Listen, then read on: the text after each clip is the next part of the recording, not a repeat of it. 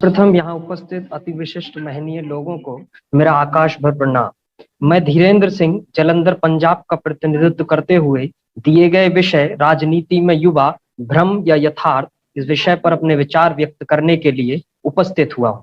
इस विषय पर प्रकाश डालने से पहले हमें युवाओं की परिभाषा समझनी होगी। युवा एक ऐसी उम्र जो परिवर्तन के समकक्ष खड़ी होती है। युवा एक सकारात्मक सोच होती है।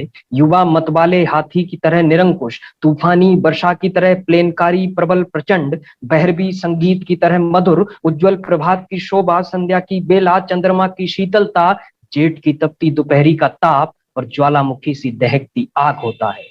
और आज वो आग इस देश में सामाजिक, आर्थिक, नैतिक, न्यायिक और लोकतांत्रिक व्यवस्थाओं की धूरी कहे जाने वाली राजनीति में जाकर लोकतंत्र की सबसे बड़ी कुर्सी पर बैठकर इस देश के अंतिम व्यक्ति के अंधकार रूपी जीवन को रोशन कर सकती है एवं 135 करोड़ लोगों की आशाओं और भावनाओं को जागृत कर सकती है। परंतु दुर्भाग्यपूर्ण आज राजनीति इस देश के उन सकारात्मक युवाओं को नकारात्मकता का चोला पहनाकर कभी दिल्ली की सड़कों को टायरों की कालिक से पटवा देती है, तो कभी बुलंदशहर में अपनों के लहू से सड़कों को लाल करवा देती है। तो यही राजनीति कहीं बुलंदशहर के अंदर इंस्पेक्टर सुबोध कुमार सिंह को गोली मरवा देती है। भारत एक ऐसा देश जिस देश में 65% आबादी ऐसी है जिसकी उम्र 40 वर्ष से कम है, परंतु उन युवाओं की, उन नौजवानों की सोच की जबानी और रवानी राजनीति का एहसास करते हुए अपने अपने दलों के नेताओं की चाटुकारिता और उनकी रैलियों में नारों तक सीमित दिखाई देती है, क्योंकि उन्हें अज्ञानता के बोझ से लाद कर सांप्रदायिकता का चश्मा पहना दिया गया है।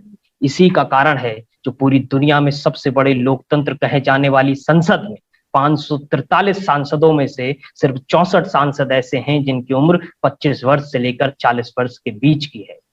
इसीलिए मैं कहता हूं कि यथार्थ तो ये है कि आज का युवा अपने आप को राजनीति में होने के भ्रम को यथार्थ समझकर अपने ऊपर नीतियों का गला घोटकर नेताओं से राज करवा रहा है। आज आप देखेंगे हर एक राजनीतिक पार्टी के अंदर आपको कई सारे चाणक्य पंडित मिल जाएंगे, परंतु कोई भी चाणक्य पंडित, कोई भी आज चंद्रगुप्त बनाने के लिए तैयार नहीं है।